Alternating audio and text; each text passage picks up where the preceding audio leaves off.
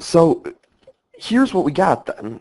We can draw, and once we draw, we're going to use that to dictate what shapes look like using something called VSEPR, which stands for valence shell electron pair repulsion. The important thing is repulsion because electrons are both negative, so they're going to take each other and they're going to repel, and from that repulsion, they want to be as far away from each other as possible.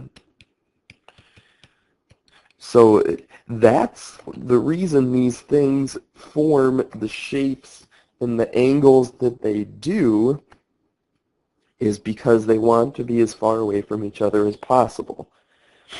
I can also look at the shape and I can figure out the polarity by looking its symmetry. And the one thing you really look for polarity is, does it have a lone pair or not? Because if it has a lone pair, that screws things up and it makes it asymmetrical. So every time it has a lone pair, or most of the time it has a lone pair, it's a polar bond.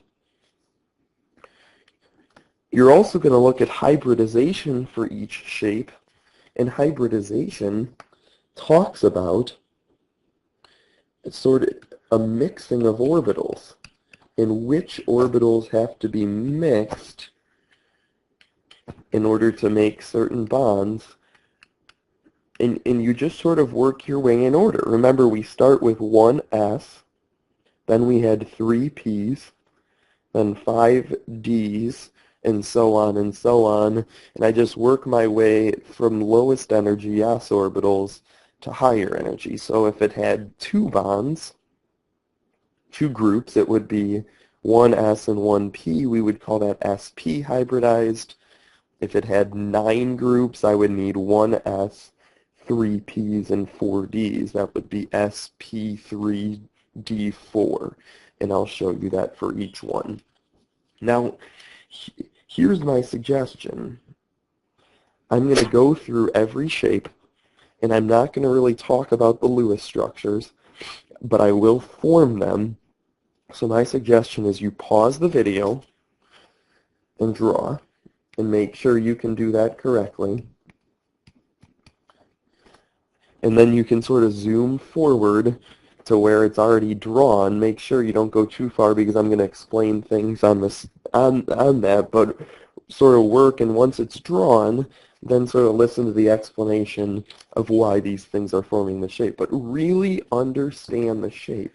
I want you to understand why these things are forming the shapes and angles they form. If you do, and it's going to take practice, but if you really understand them, we will be in good shape. So let's take a look. We're going to start with beryllium trifluoride, and we're going to draw a Lewis structure.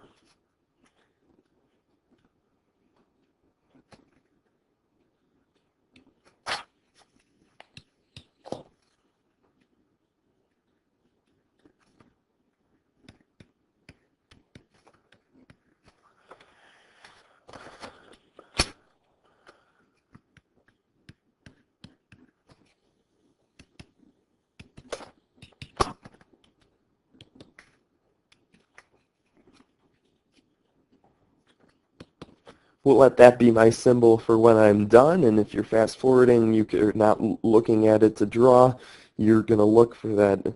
Look for this guy. Beryllium, remember, is an exception. It only needs 4, so I am content with the 4 here, and I've fixed the outsides, which have given me 0. Now I look, and I always count what they call bonding groups. It does not matter what kind of bond it is. A single bond is a bonding group. A triple bond is also a bonding group. And I look, and I have 2 bond pairs. I also look for lone pairs around the central atom, and I have 0. So this gets me a total of 2 things. And I think, if I have 2 things, I think about this thing sort of in a circle. And if I have 2 things, where am I going to put those things in order for them to be as far away from each other as possible? I don't care where you put the first one. I'm going to put it right here. In order to get them as far away from each other as possible, the other one is going to be on the other side of the circle. And I get two things that form something that looks like that. And that shape is simply a line, and it's called linear. Again, don't memorize that. And don't memorize the bond angle. What's the bond angle of a line? It's 180 degrees. I look at polarity, and I just think about my picture. Remember, no lone pairs in that picture. I had it up there. No lone pairs means nonpolar. Hybridization-wise, now I look, and I've got 2 plus 0, that's 2 groups. So I have to fill 2 groups, so I need 1 S, and I need 1 P to get 2 total. I always have an S. I only need 1 P to get to 2 total, so this thing is called SP hybridized. 1 down, 12 to go. Next one, CO3. Let's draw.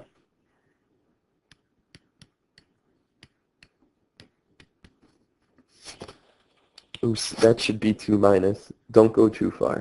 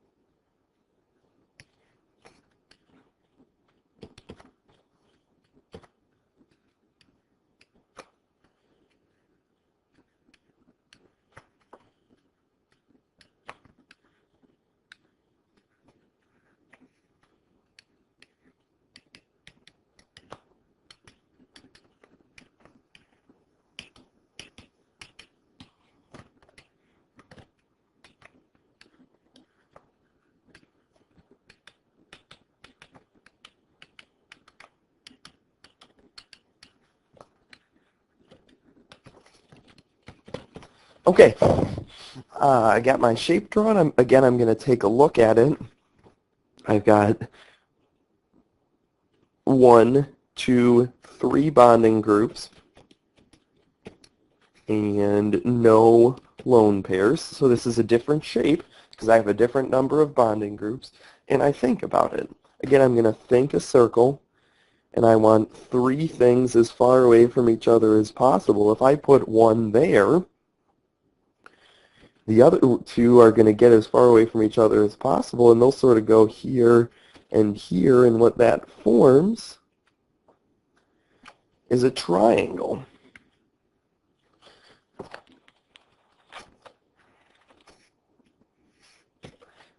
And it's sort of a flat triangle, and so it's a triangle, so I call it trigonal. And then the fact that it lays flat means that it's in a plane, so that shape is called trigonal planar. Don't memorize it. See it. See 3 groups and picture that triangle. And again, I can figure out a bond angle if I sketched a circle around this thing. A circle's 360 degrees. And they want to be as far away from each other as possible, all 3 of them. 360 divided by 3 gets me my bond angle of 120 degrees. Hybridization, I add them up. 3 and 0 is 3, so I need 1 S. I need 2 P's. And what you do is you represent them as exponents. That's called sp2 hybridized. Polarity, I hop up to the lone pair piece, no lone pairs, nonpolar. And sometimes they'll ask, are the bonds polar? Sure, yeah, they are. Because they're not, it's not the same thing bonded to itself. So the bonds are polar. The molecule as a whole, though, gets pulled equally 3 different directions. So it itself is nonpolar. So 2 is linear, 3 with no lone pairs is trigonal planar. Next one.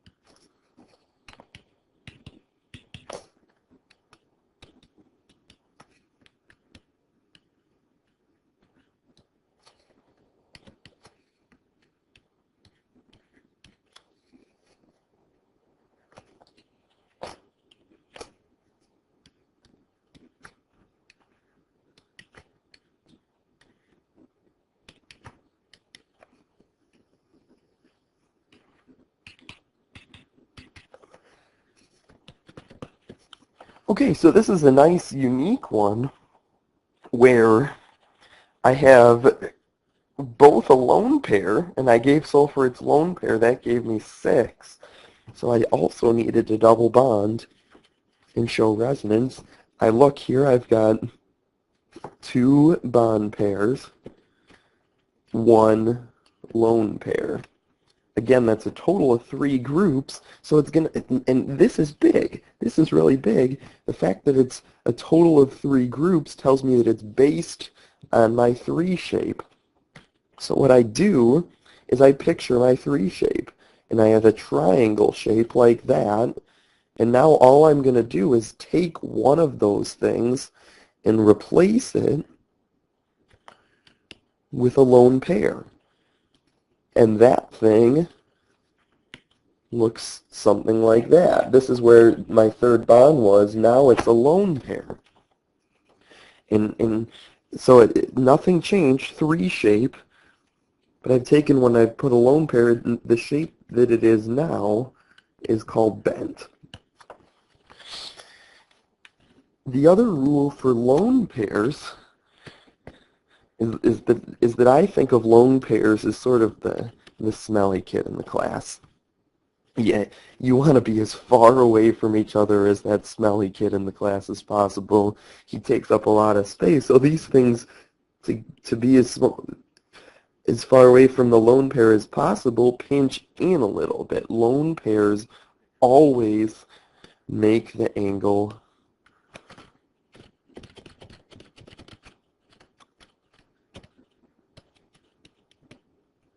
less. So nothing changes with my reasoning here. 2 and 1, it's based on a total of 3 groups. 3 groups with 120. Now I've got a lone pair, so I am less than 120 degrees because of extra repulsion there. Again, I look at my total groups for hybridization, 3 groups, so I am sp2 hybridized for a total of 3. I have a lone pair now. Look at this thing, and there is nothing up here to balance the poles that direction. So with a lone pair, I am polar. So that takes care of my 2 shapes and my 3 total group shapes. Let's move on to 4.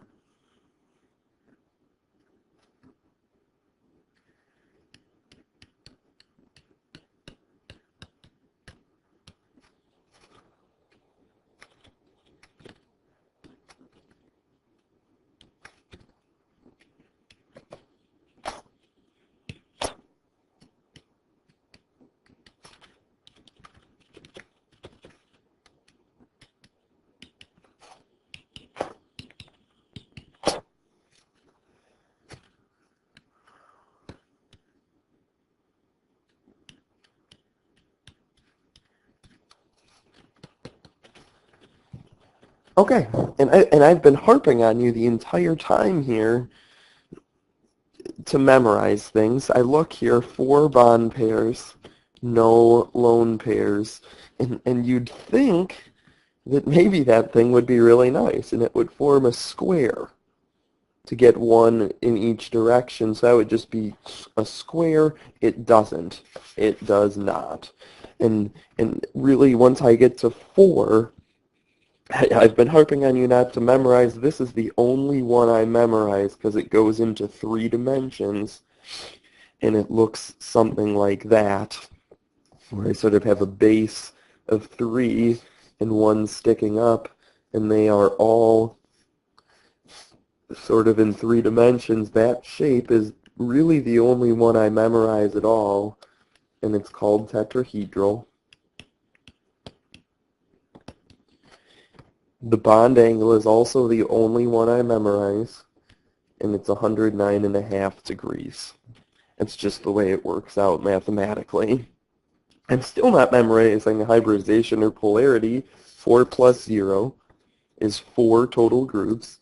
So in order to do that, I need 1 S, and I need 3 P's, which I have, so that's sp3 hybridized. No lone pairs, nonpolar. Really the only one I'm memorizing out of all of these. Okay, so we're still going to be looking at 4 bond groups here, sorry, 4 total groups, but we'll move on a little bit.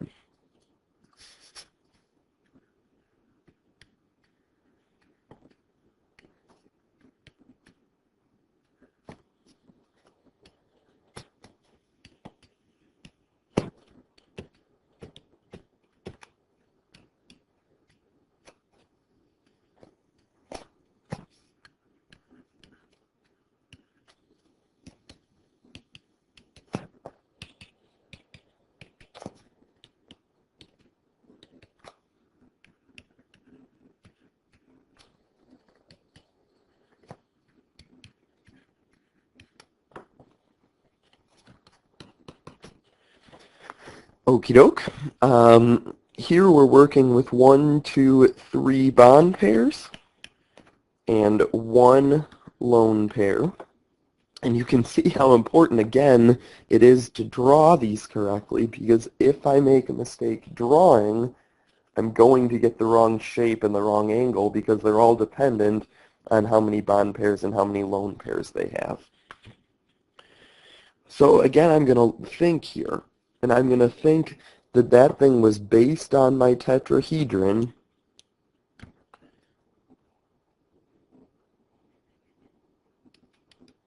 which looks something like that. And now what I'm going to do, again, is I'm going to take away 1.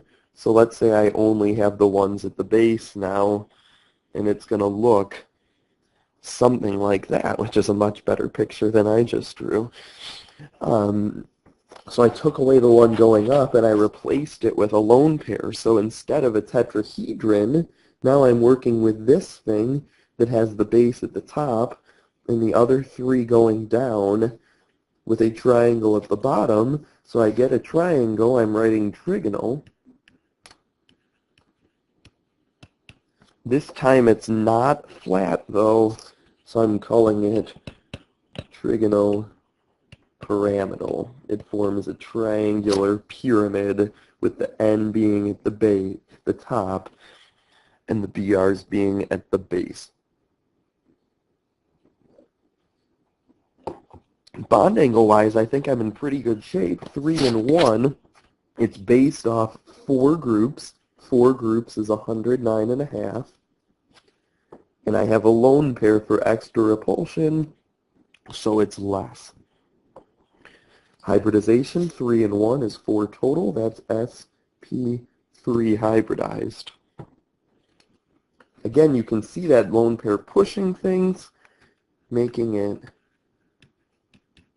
polar.